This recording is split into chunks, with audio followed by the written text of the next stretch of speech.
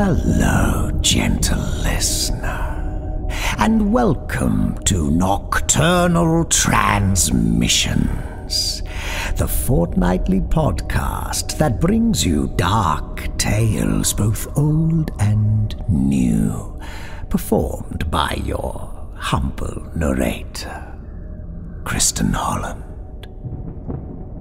This visit we come bearing more gifts from Reggie Forrester, the writer behind Teratology, which we featured on our 87th episode.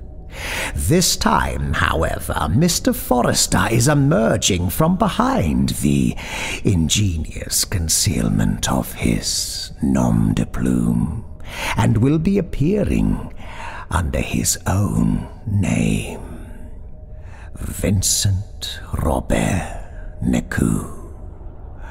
Oh, my gentle listener, we can't wait to share this one with you. But we will, as we have a couple of quick announcements we wish to share first. There's a new collection of short horror stories we think you might like to investigate. The extraordinary Dan Fields, who we have featured on the podcast no less than 4 times, has just released a book, Underworlds Afterlives, featuring 10 original tales of the weird, wondrous, and grim, including Old Man Winter and Do Not Resuscitate, which friends of Nocturnal Transmissions will already be acquainted with. Mr. Fields was also the mind behind Billy Bagbones, a folk tale, which we featured in September of last year. Who could forget that one? Underworld's Afterlives by Dan Fields. We'll pop a link in the featured authors section of our website, nocturnaltransmissions.com.au, or you can find all the details at danfieldswrites.com, his website. Okay, just one more thing. We have a new cohort to announce. Joe Stinson. Welcome, Joe. What a paragon of virtue and good taste you are. We also have some adorable new Patreon acolytes on the books. Darren Hampson, Lucas Licori, and Sculpting Life and Limb. Welcome, new beloved patrons. Welcome. And now, if you'd be so kind as to make your way to your seats, turn on your oral faculties, and brace yourselves for the premiere performance of Vincent Robert-Nicoud's Scarlet Caprice for solo violin.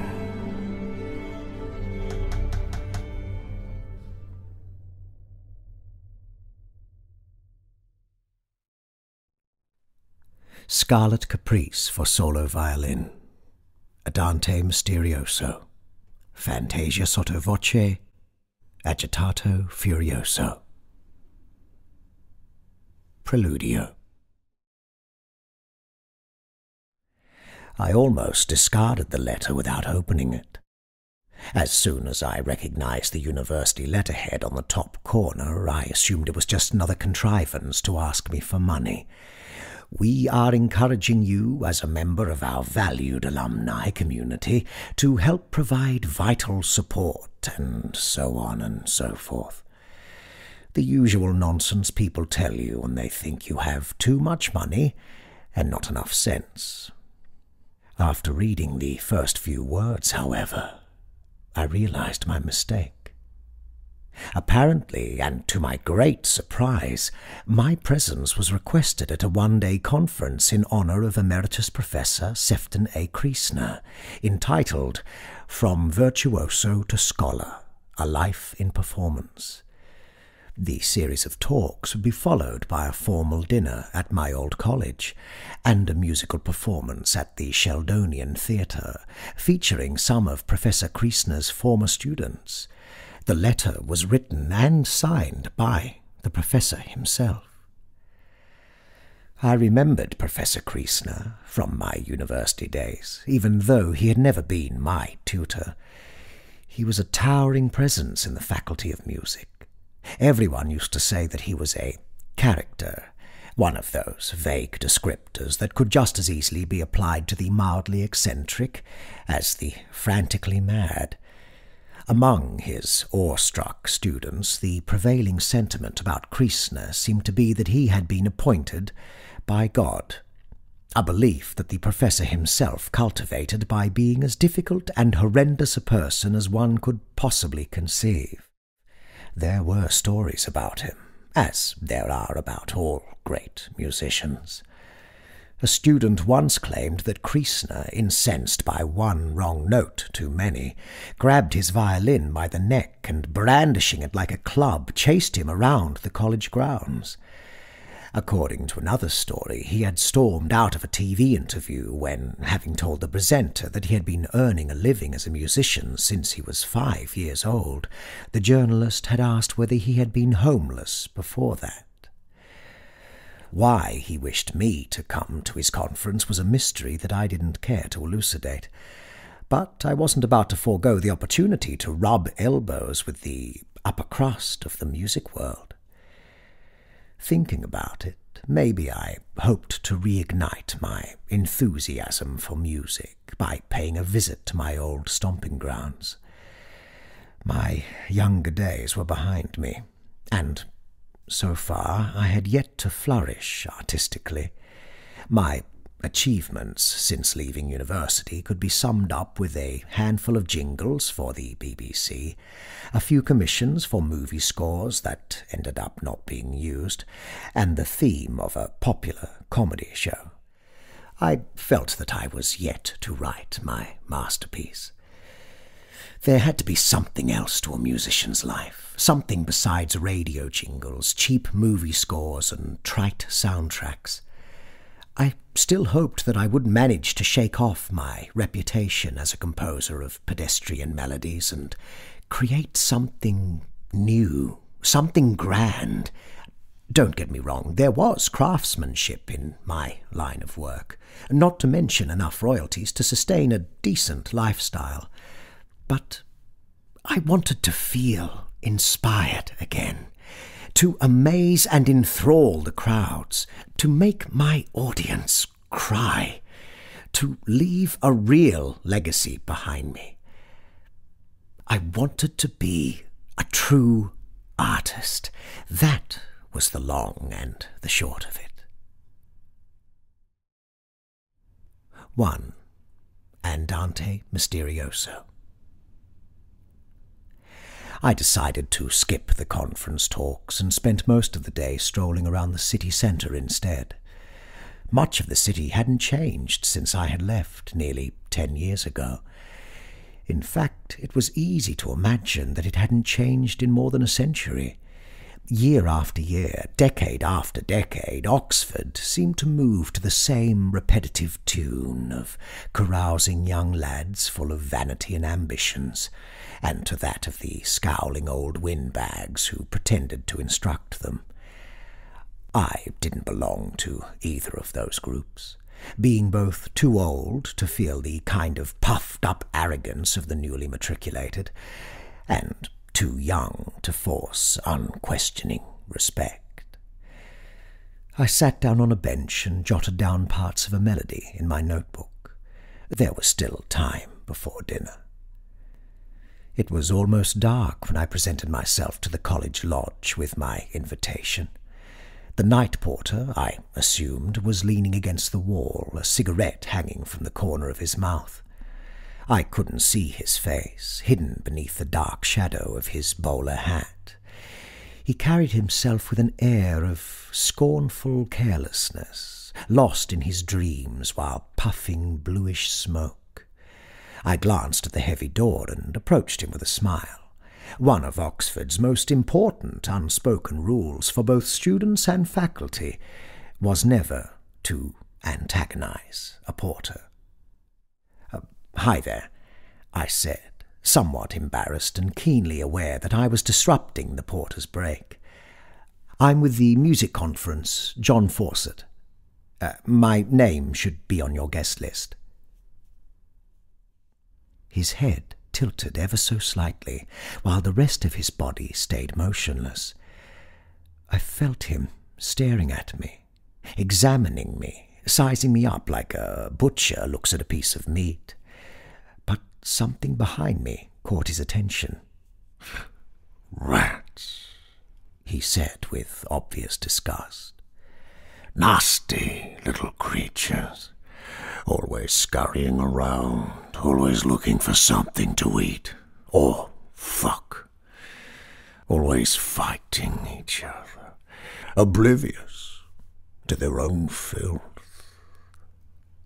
He gave a bow and tipped his hat as he stepped forward.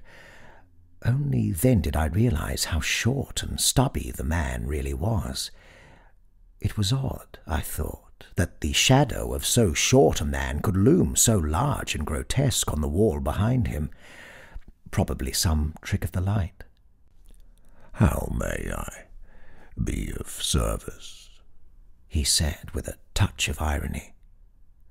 "My name is John Fawcett," I repeated, articulating each word slowly. "With the Sefton Kreisner Conference. Could you let me in? There's no need to give me directions. I know where I'm going." "Is that so?" The porter's mocking tone was beginning to irk me. This was no way to treat an alumnus of the college, especially a notable alumnus like me. I nearly had a prom, for goodness sake. I deserved some respect. "Are you going to open this door, or do you intend to chase after rats for the rest of the evening?" "Chase after the rats." He chuckled. "Oh, that's good. That's very good." Something about that laugh was making me uncomfortable. "I set a trap in the cellars last week. The nasty little buggers couldn't resist. They never can." He sucked the air through his teeth with a moist, squelchy sound. "Blood everywhere. Anyway, you must be some kind of a musician to be invited to the Kreisner Conference." It wasn't a question, but the blend of scorn and derision prompted me to respond. "You may have heard my work on the BBC," I said, not exactly sure why I felt compelled to share my accomplishment with a night porter. "I composed the theme for Perfectly Fine Pudding, the comedy show." "Interesting," he said, with the kind of sneer and condescension that precisely implied the opposite. The porter's manners were getting on my nerves. If this little game were to carry on, I would be late for dinner. Who the hell did he think he was? "And now, if you will excuse me," I added, with a touch of icy formality, "I have business to attend to inside." "Indeed, you have." He gave another low chuckle. "Business. Inside." "Look, can we get a move on? I'm all but out of patience. Shouldn't you write my name in your record or something? Just tell me what you need and let me go already." "I am but your humble servant," he said, his mouth twitching in a crooked smile. "All I need is your—" He tried to suppress a giggle. signature. A hubbub of voices coming from the nearby alleyway interrupted our exchange. The main bulk of the conference attendees had arrived, and apparently they had taken full advantage of the wine reception before coming. Young, aspiring academics were awkwardly trying to insert themselves in the conversations of senior faculty members. Old friends working at different institutions were patting themselves on the back, babbling about their most recent accolades and publications. A loud, drunken voice stood out above the din. "John Fawcett, as I live and breathe." A man emerged out of the crowd. He was tall, handsome, and wore the full academic dress with the well-practiced nonchalance of those who never had to work for anything. "It's Dave," he bellowed, oblivious to my current predicament. "Dave Harrington. Don't you remember?" He punched me lightly in the shoulder and burst out laughing. Dave. How could anyone forget Dave Harrington, with his perpetual Harrovian smirk and impeccable hair?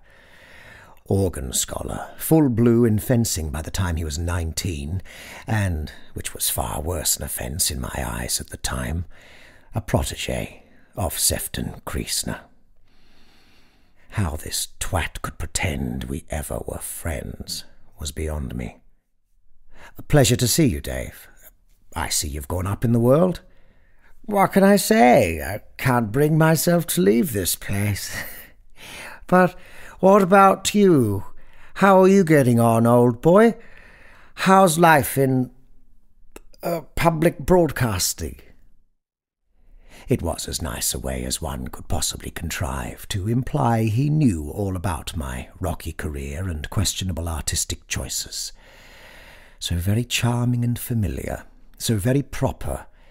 Thankfully he was gone before I could answer, lost in the ebb and flow of the small crowd of attendees.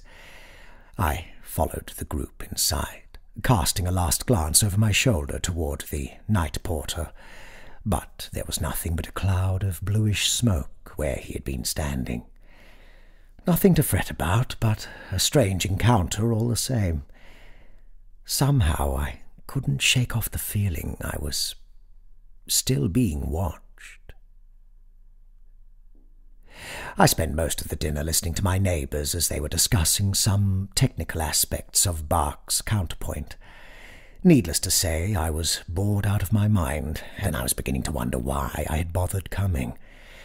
It was only after my fourth or fifth glass of wine I wished to put to the test the well-known fact that glasses at the high table never stayed empty for more than a minute, that my annoyance began to recede. Why not enjoy myself after all? I was scanning the table, looking for a potential interlocutor, when I met Kristina's gaze. He looked nothing like I remembered. He was slumped in his seat, mouth hanging open, sparse white hair combed across his bald cranium. Poor sod, the years had not been kind to him.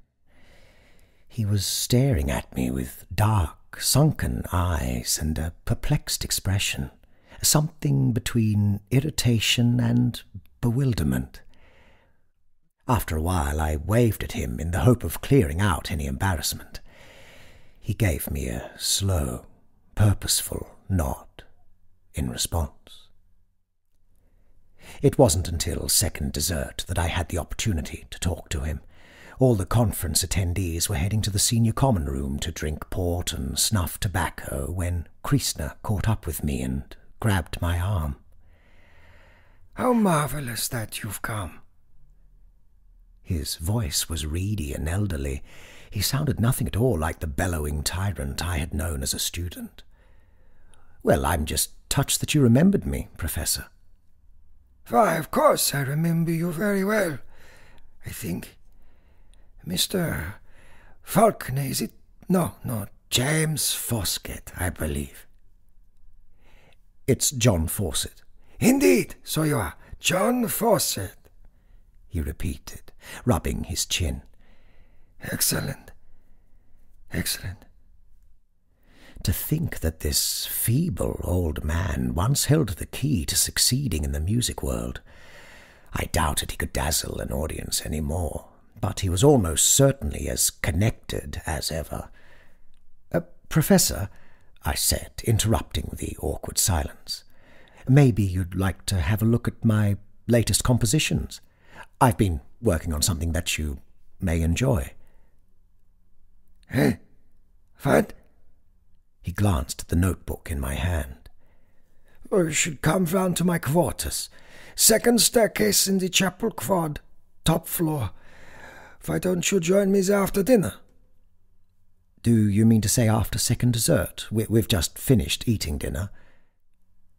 He looked at me with a puzzled expression and offered me the apologetic smile of the mildly senile.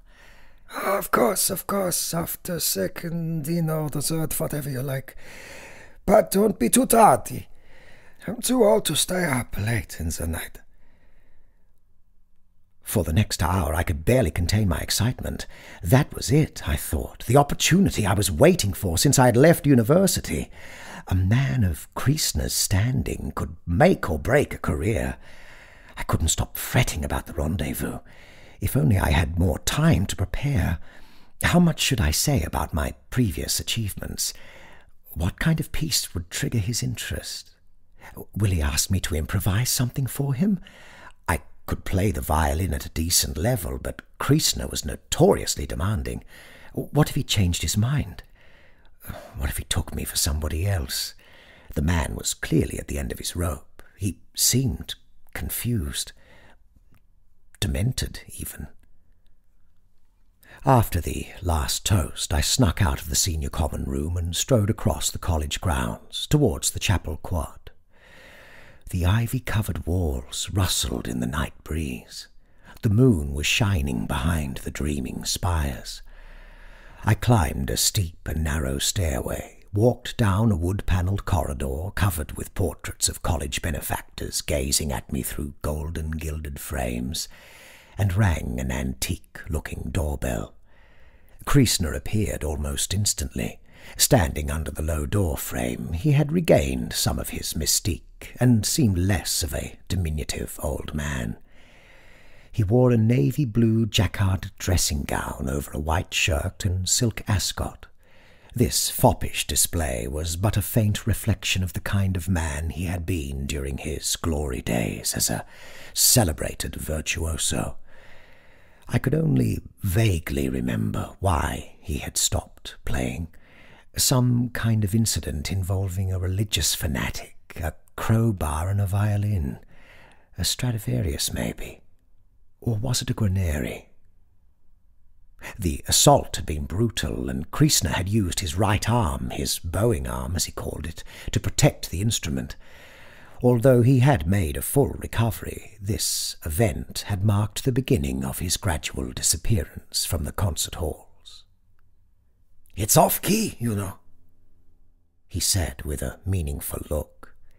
I've been putting in requests after requests for it to be repaired since I don't know when, but it never seems to work. Very annoying, as you can imagine, for someone like me to have an out-of-tune doorbell. It was an odd thing to say, I thought, mostly because the bell sounded perfectly fine, but I ascribed it to old age. Kristin showed me into his quarters. His living room was, as I expected, a testament to the lavish lifestyle of the senior members of the college, complete with elegant walnut furniture, 2 chairs upholstered in burgundy velvet, a large bookshelf threatening to collapse under the weight of too many books, and an oriel window overlooking the quad. The fire had almost gone out, with only a few remaining embers glowing in the fireplace. I almost jumped when I realized that someone else was in the room, standing silently in the corner. May I introduce you to my manager? Nick, here is John Fawcett, the composer I was telling you about. The man stepped out of the shadows. Nicholas DeVille, delighted to make your acquaintance, he said, offering a perfectly manicured hand. Professor Kristin doesn't tire of singing your praise. There was something familiar about the man's intonation and general demeanour, a sense of déjà vu in the way he allowed a hint of irony to colour his voice. He was short and stocky, with a round head and jet-black hair despite a receding hairline. He was wearing round, smoked glasses and a beige corduroy jacket with a black polo. Despite his friendly manners, there was something about him, a kind of unshakable strength. An inevitability. The pleasure is all mine, Mr. Deville, I answered, somewhat ill at ease. I wasn't expecting anyone else besides Professor Kristin. Inwardly, I wondered what there was to manage. Kristin's career as a musician had been dead in the water for decades. Yet a good impresario was hard to find, and this could be my chance to make an impression. I'm here to help the Professor with his new venture, he said, as if he knew exactly what I was thinking. I always look after my investment until the very end. Oh, and call me Nick. Everyone calls me Nick. I see. I hesitated, but the nagging sensation of familiarity pushed me to press on. Pardon me, but we've met before, haven't we? In the BBC boardroom, maybe? I've worked in public broadcasting for a while. He had the meandering ways of business people, so this was my best guess. His fit of laughter caught me by surprise. He let out a loud, raucous chortle, utterly devoid of anything resembling happiness or pleasure. It lasted for an unnervingly long time, ending with painful, breathless spasms. When he spoke next, his tone was stern and humourless. We've met before, only a few hours ago, in fact, in front of the lodge. Don't you remember? But that's impossible. I realised my mistake as soon as he spoke. It seemed obvious now, not because the man in front of me shared a resemblance with the night porter, although it was true that he had the same stocky build, but because they gave off the same unsettling impression. I muttered an apology for the misunderstanding, which Nick brushed off with a flick of the hand. No need to apologise, my friend. You didn't know who I was. What were you to do? He grabbed my wrist and squeezed it with both hands, grinning widely. You were in a damned if you do, damned if you don't situation. All is forgiven. His playful banter should have comforted me. Apparently there was no harm done, and I could still hope to leave with a brand-new contract in my pocket. But something in Nick's attitude made my skin crawl. I turned towards Kristin, trying to elude Nick's grip. He was so close to me that I could feel his breath against my neck. "Are you planning something, Professor? I heard Nick mentioning a new venture." Ah! Nick jumped. Straight to business. The old professor winced and mumbled an explanation. "I'm putting together a concert tour, you see. Nothing too fancy. One last hurrah before the curtain call, if you will. I don't even know where it will premiere. In any case, I was wondering if... Well, I hoped you would consider... I want to commission you to write me a piece." I was dumbfounded. It was much more tangible than anything I had expected. How could I pass up a once-in-a-lifetime opportunity to write for a famous virtuoso? But composing for someone like Kristin was a daunting task. I knew I could write a competent violin piece, but it would take more than mere competence to satisfy the old maestro. And yet a chance like this wouldn't present itself again. The jumble of conflicting thoughts that flashed through my mind must have left me rather tongue-tied, because Kristin cleared his throat, looking at me expectantly until I finally managed to mutter a response. Do you have a subject in mind, Professor? Before he had a chance to answer, Nick put a hand around Kristin's shoulders in a close, almost intimate embrace. Perhaps our young friend craves something to drink, he breathed, his voice hardly more than a whisper. The appetites of youth should not be constrained by the habits of the old, don't you think? Kristin cringed and seemed to shrink at his touch. Indeed. What will you drink? How about some champagne to celebrate your success? Nick said, his arms still wrapped around Kristin. Isn't it customary when we reach an agreement? I shifted in my seat, unsure about what I was getting myself into. Champagne sounds perfect. Nick raised his voice. Eliza, dear, make yourself useful and bring us 3 flutes of Piper Heidsieck. About this agreement, I said to Nick. What does it entail exactly? Kristin gave me a look of absolute terror, beginning to stutter a response, but Nick ignored him and carried on talking about champagne. Say what you will about us, French, but we know a thing or two about wine. All it took was a little push during the 17th century, and everyone who was someone in London craved some bubbles. It's been hailed as a drink fit for kings ever since, but I'd rather think of it as the drink of divas. Marie Antoinette had one last sip of Piper Heidsieck before. Well, you know what I mean. He finished his sentence with a swift hand gesture across his neck. Marilyn was partial to the same brand, did you know? That's if you can call keeping a whole month's supply in your kitchen being partial to something. She was a real star. The last of a dying breed, I'm afraid. He sighed. What about you, John?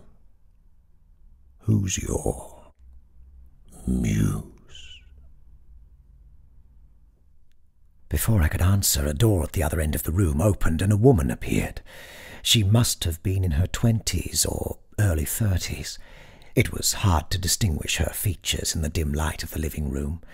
She moved with an elegance as if she were gliding across the floor, swift and silent as a feline. She seemed demure, servile even, with her head bowed down and her slow, deliberate movements. Watching her put down her tray on the table, I felt uneasy, as if the whole scene had been carefully planned for my benefit. Not once did she look at me or even acknowledge my presence. I was about to introduce myself when Kristin spared me the effort. This is John Fawcett. He was a student of mine. Back in the days, I think. Well, I was hoping to commission him for... I've had some trouble with the cadenza for my new tour. Mr. Fawcett has agreed to discuss the... Fetch yourself a glass, dear, said Nick with a flick of his hand. You should come sit with us. This deal of ours is of no little concern to you, after all. As the conversation veered towards music, Kristin seemed to come alive, and I must admit that it was an unexpected relief after all the evening embarrassment. I found in his vehement demands some echoes of the tempestuous despot who had ruled over the whole faculty for years on end. I was also thankful that Nick had decided to take the back seat in these negotiations. He kept a close watch on the conversation, punctuating it with an occasional giggle or a mocking glance in my direction. As for Eliza, she remained silent and hardly touched her glass. I couldn't keep myself from looking in her direction from time to time. She had an air of mystery about her, like an unattainable dream. Eventually it was decided that I was to compose a short piece for violin and orchestra. However, and Kristin was adamant on that point, it was essential that I focused most of my efforts on the cadenza, his solo part. Capital, John. It is absolutely capital that the cadenza should allow me to display the full range of my skills. You must understand that my reputation is at stake. Make it as virtuosic as possible. Don't concern yourself with my abilities. I will manage with anything you can throw at me. Hell, make it impossible to play, if you can. Think of it this way. It will probably be my last concert. You hold my legacy in your hands. My very soul is at stake. He looked tired after that. The evening seemed to have completely drained him. Nick stood up, put a hand on Kristin's shoulder, and looked at him with a self-satisfied smirk. I believe our young guest has enough to think about for tonight, he said with a hint of snigger. I'm sure his work will be up to par. As for you, Mr. Fawcett, I took the liberty of having the guest room next door prepared for you. Arrangements are already being made as we speak, and, as you will no doubt understand, time is of the essence. But, what do you mean? Do you expect me to start right now? I'm sorry, but that's not how these things work. We still need to discuss. He interrupted me, holding up his hand, palm outwards in a gesture of command. On the topic of remuneration, you'll find that a generous compensation has been transferred to your account. I expect that it shouldn't take you more than 2 weeks to fulfill your part of the bargain. More than enough time to write a short piece, don't you think? Once we have approved your work, well, we'll see about that later. But you can rest assured that a proper contract will be drafted. I thought it best not to burden you with the paperwork for the time being. Does that alleviate your concerns, John? It seemed improbable, not to say impossible, that he had managed to pay my fee before I had even accepted Kristin's offer. And yet, somehow, I believed him. Even so, I thought to myself, none of this felt right. Only at the conference I'd met many composers more qualified than me.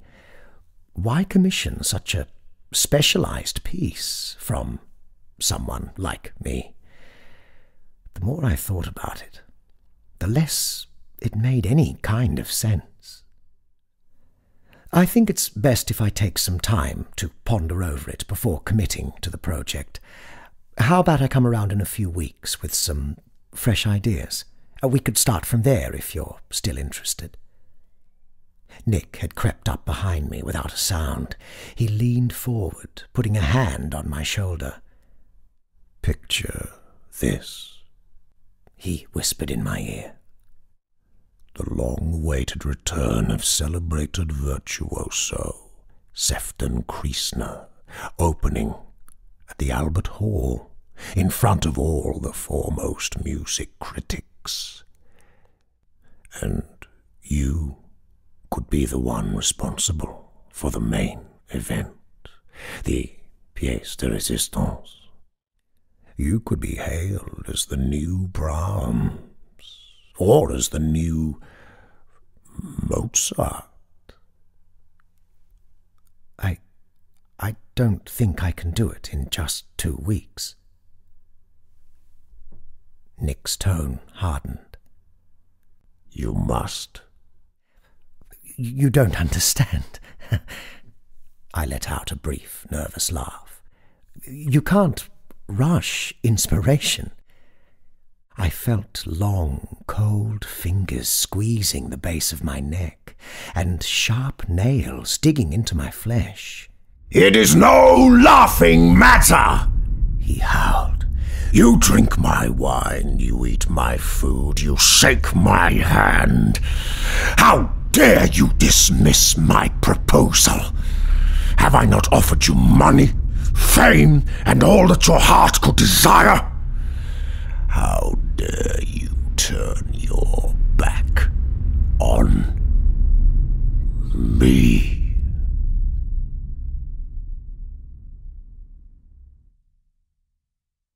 Two, Fantasia sotto voce. I spent most of the next few days brushing up on my violin technique. I didn't want to disappoint Kristin. It was, after all, a unique opportunity. A part of me couldn't believe what was happening, but Nick had assured me that my work would be the concert's centerpiece, and that it would open in London's most prestigious concert hall. I couldn't help but imagine Dave Harrington's patronizing smirk being wiped off his face after the premiere. He would be livid. I also found that my musical ear had improved quite dramatically. It began with little things: the rhythm of heavy-footed undergraduates clattering up and down the stairs, the pitch of birds chirping at my window, a faint melody on the breeze. The most unlikely sounds captured my interest, and I began to develop an inclination for unconventional techniques. I wanted to create something truly original, a piece the like of which the world had never heard before, and so I began piling up the most exotic techniques I could think of: snap pizzicato, artificial harmonic glissando, silent fingering. Nothing was too bizarre, nothing was off limits. I would only stop researching and composing to have a bite to eat in the dining hall. As it was bound to happen, I met Dave Harrington on my second day. "So, the rumours are true," he said, sitting next to me at high table.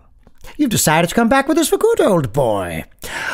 You're not after my job, are you?" I had trouble concentrating on what he was saying. All I could hear were the disgusting noises he made with his mouth.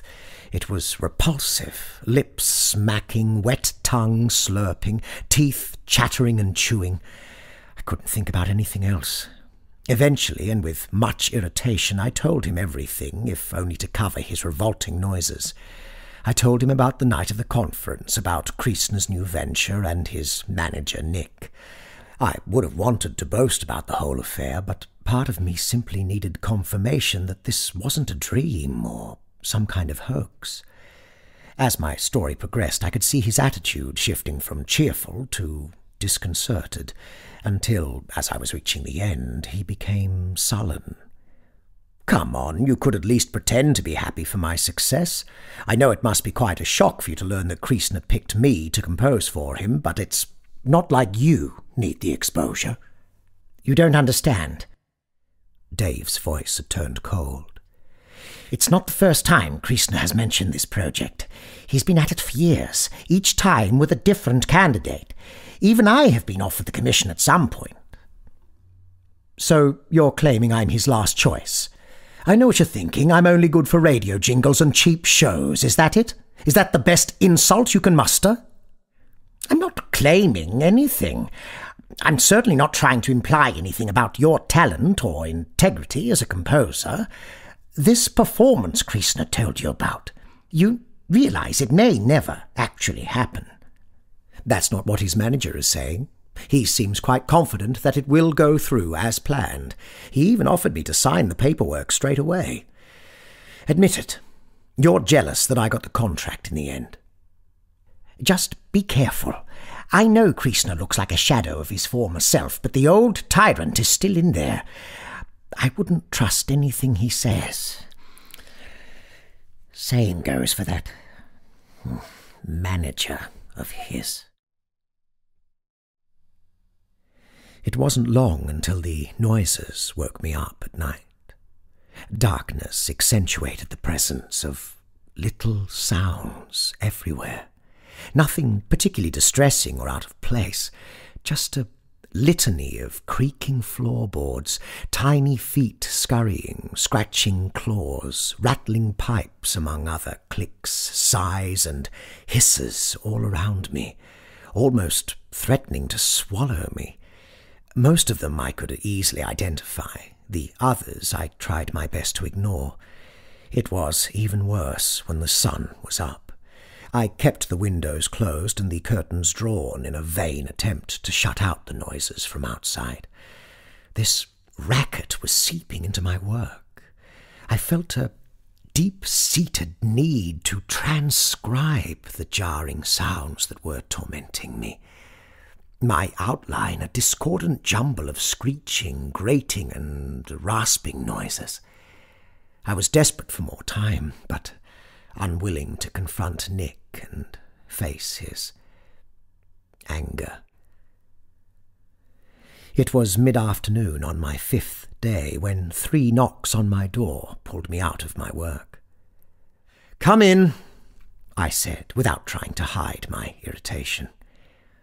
Eliza appeared, her voice barely audible. "I apologize for the intrusion. The professor has sent me to inquire about your progress. He would be especially keen to have a look at the cadenza." I don't know whether it was because of the constant din surrounding me or because my work had almost come to a halt, but I felt something snap deep within me, and I'm ashamed to admit it. I let my temper get the better of me. "Can't you see I've been working day and night on his goddamn piece?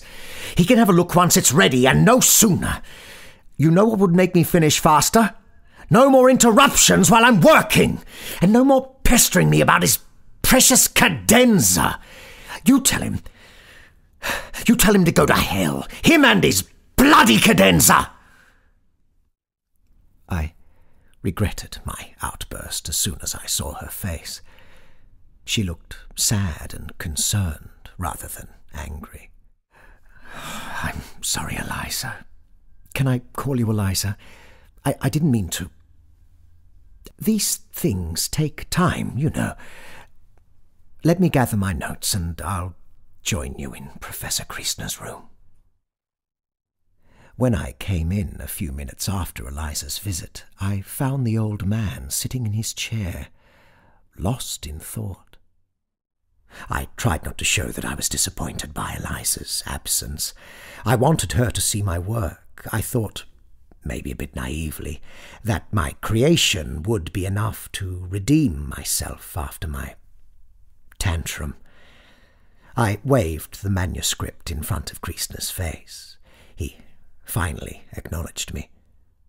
"Not here," he said, sounding more lucid than he had been in days. "Let's go in my practice room." I was disappointed to find no trace of Eliza there either.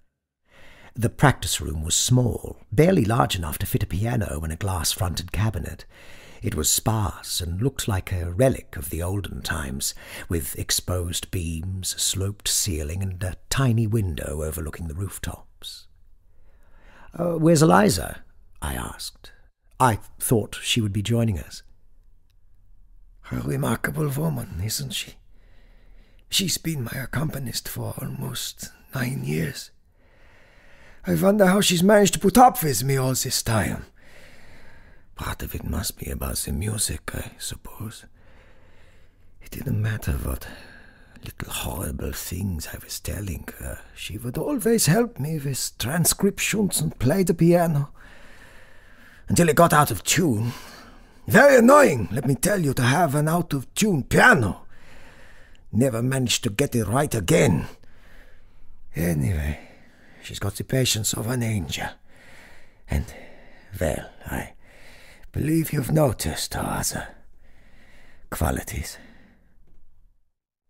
Indeed. How could I have failed to notice? But it seemed inappropriate to add any comment in her absence, so I began examining my surroundings instead. The cabinet attracted my attention.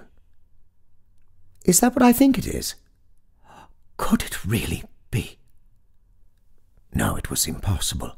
It couldn't possibly be. The brilliant red varnish, the sharply chiselled edges. It would look like a late Guarneri, except that it was too sophisticated, too polished. Guarneri's handiwork was more rugged, more dramatic. It might well be a Strad, but I was not familiar with this particular instrument. Would it be one of those suspected to have been plundered by the Nazis? It is most definitely not, said Nick from behind me. I'm afraid it's neither a Strad nor a Guarneri. I understand what misled you. The deep red varnish would indicate a late 18th century instrument. Red is such an interesting colour, don't you think? The colour of kings and queens, of cardinals and demons. If historians are to be believed, Stradivari was inspired to use this varnish after Cortes returned from the New World with cochineal dye. I don't believe a word of it myself. A bug prompting the creation of such excellence, such beauty. That's absurd. I think it was the shrines of the Aztecs that inspired it. Red with the blood of countless human sacrifices. Speaking of the Aztecs, they had a god, you know. Its name was Tezcatlipoca. They would pick his victims a year ahead of the sacrifice and treat them like kings. Until... Enough! Can't you leave us in peace for one afternoon? Whimpered the professor. John was about to show me his composition. Can't you let me be for one moment? Good luck, Nick said with a little bow. You're going to need it. As he disappeared into the living room, I wondered whether he was talking to Kristin or to me. Now then, show me this partition. I've waited long enough. I want to see what you've conjured up, John. I was surprised by his eagerness, and I began to doubt myself. When he had been performing, Kristin was best known for his traditional repertoire, Mendelssohn, Bach, Tchaikovsky. His foray into what he called contemporary music only went as far as 19th century composers such as Wieniawski, Isaïe, or Sibelius. How would he react to my piece with all its avant-garde techniques? I found myself reluctant to share anything with him. You have to keep in mind that it's very much a work in progress, Professor. Nothing more than a draft, with all the gaps and mistakes that implies. You should consider it as some rough notes in preparation of a complete draft. I've had a lot of strange thoughts lately. Noises, unusual sounds, bleeding into my waking thoughts. Come on, John. You don't have to call me Professor. he told me, smiling reassuringly.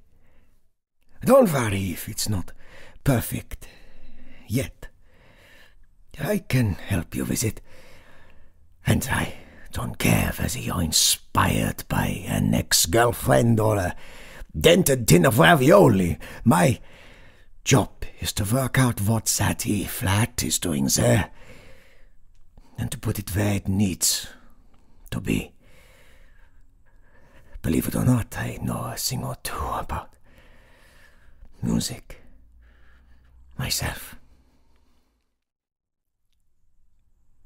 I knew he was trying to provide encouragement, but something in his shaky and anxious voice had the opposite effect. "If you insist," I said, handing him over a few crumpled pieces of music paper. "Here's the orchestral part. To mark the occasion, I thought the first movement should be in allegro maestoso tempo. As you can see, it begins with..." Yeah, I don't care about that. You know what I want to see. Show me. See? Cadenza.